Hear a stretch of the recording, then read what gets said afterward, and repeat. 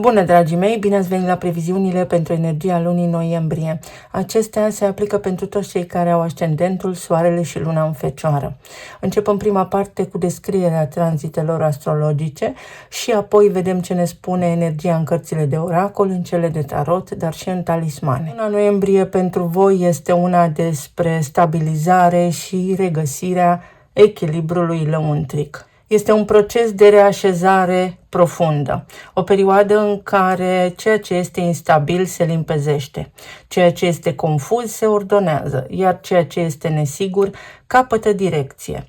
Energiile lunii îți ating axele gândirii, comunicării, familiei și ale direcției profesionale, cerându-ți să-ți recunoști nevoile emoționale și să-ți refaci structura interioară din temelii, de la bază. Marte și-a început tranzitul prin Săgetător în casa a patra, care guvernează rădăcinile, familia, trecutul și stabilitatea emoțională. De asemenea, aici regăsim și părinții.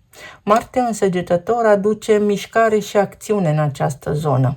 Poți avea inițiative legate de locuință, mutare, renovare sau poți simți nevoia de a te elibera de dinamici familiale mai vechi. Totodată pot apărea și discuții destul de tensionate cu membrii familiei, dar scopul acestora este clarificarea și vindecarea. Pacea este un moment de curaj emoțional. Îți asumi independența interioară și înveți să fii propriul tău sprijin sau pe cont propriu. Am avut evenimentul de lună plină din Taur care va activa casa a noua, domeniul călătoriilor pe distanță mai lungă, studiile, filosofia de viață, credința spirituală. Această lună plină a luminat drumul tău către sens și posibil să vă fie adus revelații despre direcția în care vreți să creșteți, să evoluați. Poate însemna finalizarea unui ciclu educațional, o călătorie cu valoare transformatoare sau un moment de înțelegere profundă, o epifanie. Totodată a ajutat la clarificarea credințelor, la renunțarea dogmelor și la a construi propria înțelepciune. Taurul vrea stabilitate. Apoi Venus a început tranzitul prin Scorpion în casa a treia, unde găsim comunicarea, învățarea, frații, relațiile cu vecinătatea, gândirea concretă, familia extinsă. Venus în Scorpion aduce profunzime și magnetism în felul în care comunici. Cuvintele tale capătă greutate, profunzime, iar relațiile cu cei apropiați devin mai intime, mai sincere, mai emoționale. Această perioadă este bună pentru reconciliere, pentru vindecare, pentru conversații vindecătoare sau pentru proiecte foarte creative ce implică scrisul sau exprimarea artistică. Venus în Scorpion poate aduce și o limbă ascuțită, ceva gelozie, să aveți grijă. De asemenea, mai aduce și ceva secrete la suprafață pentru a fi claritate. Uranus retrogradează și el în Taur pe casa a noua și continuă să provoace, să aducă schimbări bruște în credință, în studii sau în direcția spirituală. Poate aduce nevoia de libertate intelectuală sau desprindere de vechile tipare de gândire. Să reanalizezi acum ce te inspiră cu adevărat, ce idei au sens pentru tine sau ce idei mai au sens pentru tine, pentru că Uranus acționează ca un catalizator al revelațiilor. Schimbă felul în care privești lumea și îți deschide mintea către perspective neobișnuite. El închide acum un ciclu început în anul 2018. Mercur începe perioada de retrogradare în casa a patra și ne îndeamnă pe noi toți, de altfel, să reevaluăm. Pe tine, în mod direct, să revii asupra trecutului, a legăturilor familiale și a propriei povești interioare. Este o perioadă pentru introspecție, pentru a înțelege de unde vii, ce te-a format și cum îți poți repara viața, relația cu tine însuți sau însăți. Pot apărea situații sau relații sau persoane din trecut pentru a încheia povestea sau pentru a reconcilia povestea. Se pot vindeca răni mai vechi printr-o conversație cu sens. Jupiter începe și el retrogradarea în casa a 11-a, care guvernează prieteniile, proiectele de grup, rețelele și visurile de viitor. Jupiter în retrogradare te încurajează să reflectezi la oamenii cu care te înconjori și la direcția pe care dorești să o alegi în comunitate. Poate fi o perioadă de reevaluare a colaborărilor sau a scopurilor comune. Poți căuta proiecte cu sens, pot apărea sau reapărea în viața ta oameni cu care să ai o relație cu sens, proiecte care te hrănesc sufletește, nu doar îți ocupă timpul și îți iau energia. În această perioadă îți poți reveni sau poți reveni asupra unor planuri pe care ți le-ai făcut. Luna nouă în Scorpion activează casa a treia și aduce un început în comunicare, mentalitate și exprimare. Poate marca un nou mod de a gândi, un nou proiect de învățare, să te înscrii la niște cursuri sau dorința de a te împăca cu cineva apropiat. Energia Scorpionului face ca acest nou început să fie profund și cu sens. Înveți să vorbești din inimă, nu doar din minte. Această lună nouă te poate duce foarte departe. Trebuie doar să te eliberezi de control și să fii foarte relaxat. Să înveți până la urmă că nu toată lumea este la fel, suntem unici, originali și nu toată lumea are aceeași doză de înțelepciune sau dorește să abordeze aceleași subiecte profunde ca și tine. Soarele intră și el în Săgetător, activează casa a patra și luminează zona rădăcinilor și a vieții private. Scoate în evidență temele familiei, ale siguranței și ale echilibrului emoțional.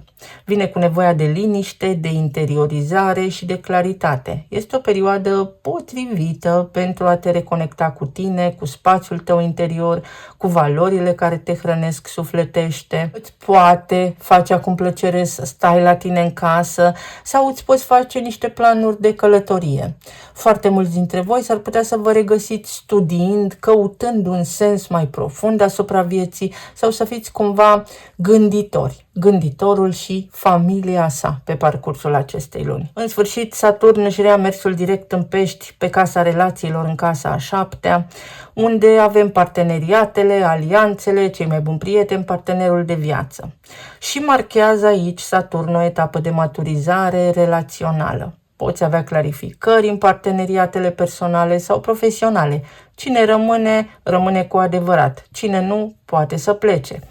Este timpul să construiești legături mai solide, bazate pe încredere, pe responsabilitate și pe respect. Saturn îți cere să alegi cu maturitate și să înveți de asemenea lecția angajamentului autentic. Un mare lucru pentru voi. Venus în Săgetător începe tranzitul prin casa a patra și aduce armonie în familie, frumusețe în spațiul de locuit, o stare de liniște. După această perioadă de introspecție, Venus îți oferă tandrețe și iubire la tine în casă.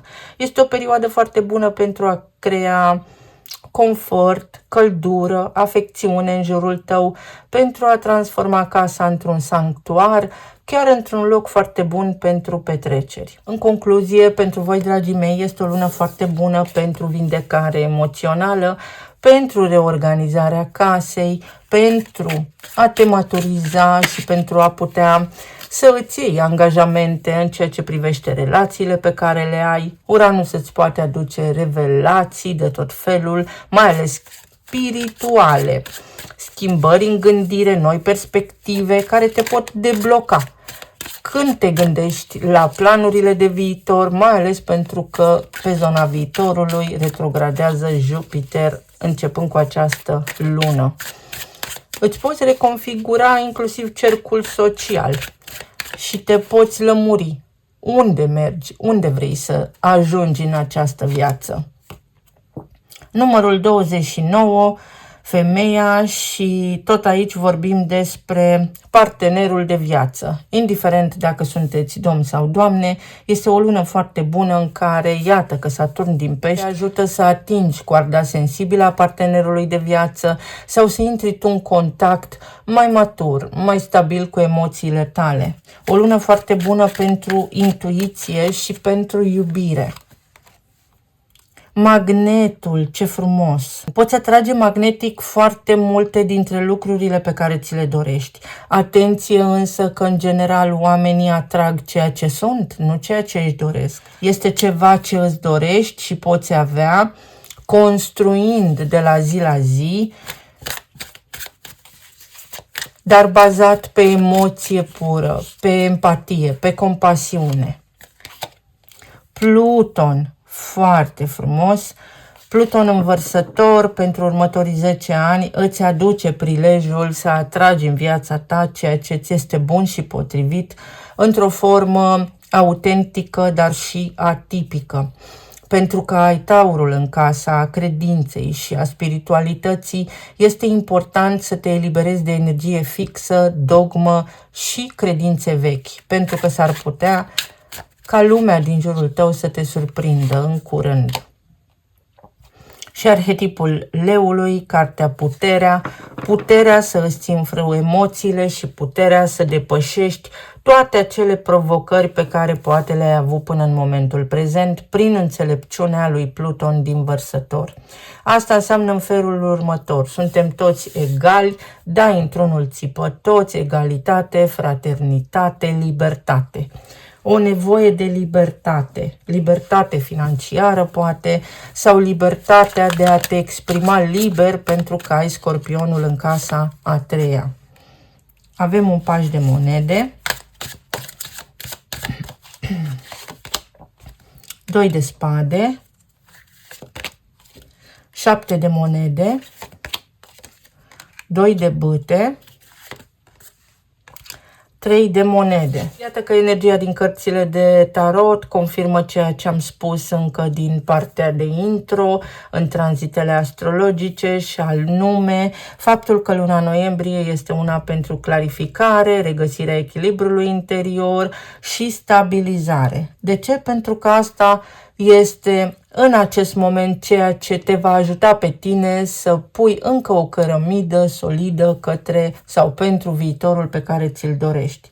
Pe zona relațiilor este vorba despre atracție foarte multă pentru unii dintre voi, poate pentru un coleg de la locul de muncă unde trebuie să luați o hotărâre sau să căpătați claritate în ceea ce privește acest aspect, dacă merită sau nu să încercați să faceți pași mai departe către o relație cu acesta sau cu aceasta. Pentru alții dintre voi este vorba despre partea financiară, în familie, în relația cu partenerul sau partenera de viață, unde s-ar putea ca partenerii voștri de viață în curând să înceapă să câștige bani în plus sau să se angajeze în cazul în care până acum nu au avut niciun venit la nivel financiar. Sau poate fi vorba despre stabilitate. Vreau să știu dacă mă iubește și cine mă iubește. Pentru alții dintre voi este o lună foarte bună să clarificați rolurile și să vă asumați în egală măsură, într-o formă foarte matură și înțeleaptă, responsabilitățile din cuplu. Pluton netezește, egalitate, fraternitate. Ce fac eu? Să facă toată lumea, pentru că așa este corect. Vine energia lunii noiembrie cu foarte multă claritate pe zona relațiilor, unde până la sfârșitul lunii, cel puțin unii dintre voi ar trebui să aveți un rezultat, cum să facem lucrurile să meargă, pentru că îmi doresc foarte mult. Exact așa este mesajul. Ne dorim foarte mult ceva, anume vrem împreună același lucru, cum facem lucrurile să meargă. La nivel financiar s-ar putea să fie o lună în care să începeți să mișcați lucrurile într-o direcție mai bună, se egalează, se nivelează, se stabilizează ceva în ceea ce privește partea financiară, pentru că pe semne aici au existat ceva variabile sau ceva oscilații pentru o lungă perioadă de timp. 3 de monede aduce garanția sau siguranța la nivel material, la nivel financiar, și veți vedea că pe măsură ce trece timpul, veniturile voastre pot crește, desigur, dacă vă ocupați de toate responsabilitățile pe care le aveți la locul de muncă și sunteți serioși sau dați dovadă de seriozitate. Pentru unii dintre voi, deși nu este încă foarte clar, să știți că poate fi aici ceva pe zona de antreprenoriat, ceva pe zona de freelancing sau să lucrați singuri pe cont propriu. Veți vedea că încet, încet, cu o strategie foarte bună, cu o planificare foarte bună, ajungeți să câștigați bani din a face ceea ce vă gândiți voi să faceți. Iar pe zona medicală, la nivel de sănătate, aveți grijă la zona alimentară, la alimentație, la partea culinară, la ceea ce mâncați, pentru că de acolo s-ar putea să apară ceva provocări sau mici intoleranțe. Avem împăratul, așa cum am spus, clarificare. În această perioadă, sub arhetipul Fecioarei, vă puteți ridica în picioare și puteți spune 1, 2, 3, comunicăm clar, comunicăm cu sens, facem lucrurile să funcționeze sau ne întrebăm ce anume mai funcționează, pe cine mai țin în viața mea și pe cine nu. Este o lună de creștere pentru voi, posibil să vă aducă o promovare sau o creștere a sentimentelor cuiva față de voi, o creștere a responsabilităților la locul de muncă, dar care vă întoarce la schimb și mai mulți bani, un salariu mai bun, poate fi un bonus. Poate fi vorba și despre o creștere a sentimentelor cuiva față de voi, să vedeți un nivel de maturitate mai stabil, mai clar din partea partenerului de viață. Poate aveți legătură cu un berbec unii dintre voi sau sunteți într-un moment din acesta de cotitură în care trebuie să acționați într-o direcție anume, inclusiv să vă dați seama cine sunteți, să nu vă mai amestecați în relații. Avem aici un 5 de spade, aplanarea unor conflicte și calmarea. 5 de spade ne spune că anterior au existat niște provocări pe care acum le puteți soluționa în sfârșit, pentru că se face într-o oarecare măsură dreptate. Uite, 7 de bâte. Începe ceva și aveți forță, vitalitate să faceți acele lucruri. Este pentru unii dintre voi și nevoie să vă spuneți punctul de vedere, pentru că undeva cândva ați tăcut fără să fi fost necesar. Și regina de bâte. Și uite, deși avem aici ca și energie împăratul, ceea ce înseamnă acțiune, voință, determinare, totuși energia ne recomandă să folosim energia feminină pentru tot ceea ce avem de făcut, pentru toate acțiunile pe care dorim să le întreprindem pe parcursul acestei luni sau începând cu această lună, prin arhetipul reginei de bâte, care este unul determinat, are voință, are șarm, dar are și o atingere emoțională, are și ceva puritate și este foarte intuitivă. În consecință, în loc să ne certăm și să punem în jurul nostru un zid, mai bine spunem ceea ce avem de făcut și folosim energia feminină pentru a ne pune și în locul celorlalți. Poate fi vorba și despre o lună foarte bună în care unii dintre voi sunteți promovați, unii dintre voi sunteți chemați într-un loc anume unde să fiți aplaudați la scenă deschisă, să fiți speakeri sau experiența voastră de viață în această lună, începând cu această lună, va fi foarte apreciată de cineva anume. Regele de monede. Vedeți, în loc să folosim energia împăratului care spune ca mine sau deloc, facem lucrurile să funcționeze dacă vrem ceva de la cineva, stabilitate și lucrurile pe care ni le dorim sau ca atitudinea anumitor persoane din viața noastră să se schimbe. Prin arhetipul reginei de bâte putem să obținem acele lucruri pe termen lung. Foarte bună energia, foarte, foarte bună. Hai să vedem și pe zona materială, care va da ceva bătăi de cap sau va crea ceva provocări. Ce se întâmplă? Profesor.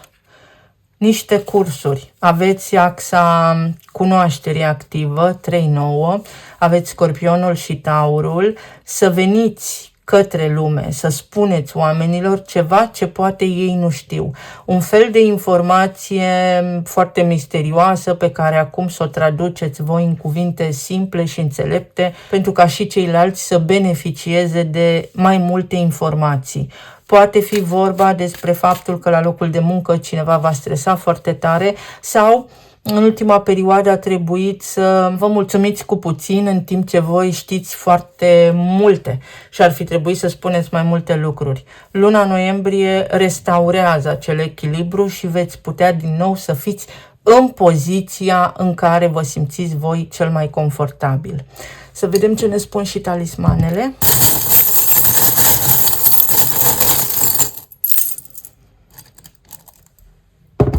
Financiar vorbind, va fi o lună în care semnați niște contracte, ori vă puteți găsi un nou loc de muncă, ori puteți vedea ceva creșteri pe zona financiară, ori este vorba despre o promovare, despre un bonus.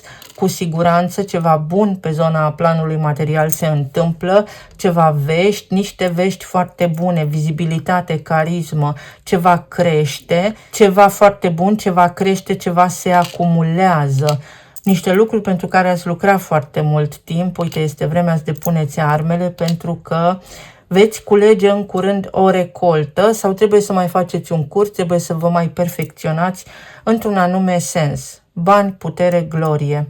Așa cum am spus, este o lună în care tot ceea ce începeți va fi foarte stabil, puteți ajunge acolo unde vă doriți, în altul preot, sunteți o autoritate, puteți fi unii dintre voi profesori sau este timpul să schimbați ceva, să treceți de la un rol clasic la unul mai futurist, mai axat pe, să spunem, tehnologie, pentru că este de actualitate.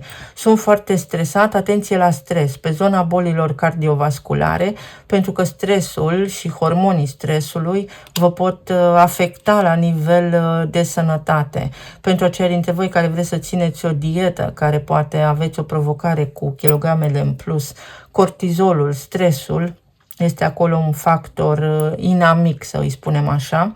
Îmi amintesc momentele și un as de cupe, o amintire sau o conversație. Poate aveți parte unii dintre voi începând cu această lună de niște evenimente extraordinar de bune pe care le veți ține minte toată viața de acum înainte. Tu ești raza mea de soare, o frecvență înaltă, oameni foarte valoroși pe care îi puteți cunoaște acum, foarte bună energia, bani, putere, glorie. Vreți glorie, glorie puteți avea, fiecare după caz în funcție de cum are viața, iar inițialele sunt I, U și O, da o afirmație, da o confirmare, primiți o confirmare, este o certitudine, primiți o validare, primiți ceva, un bonus poate fi, crește ceva. Voi sunteți oul, voi sunteți resursa, vreți să faceți niște lucruri și căutați inspirație. Inspirația este chiar în voi înșivă. Un nou cosmic, ceva se naște, ceva începe. Începe și necesită foarte multă atenție și seriozitate, stabilitate, consecvență și perseverență din partea voastră. O echipă poate fi aici și să nu mai urmați turma. Aveți acest rol începând cu această lună de a vă evidenția sub o formă sau alta.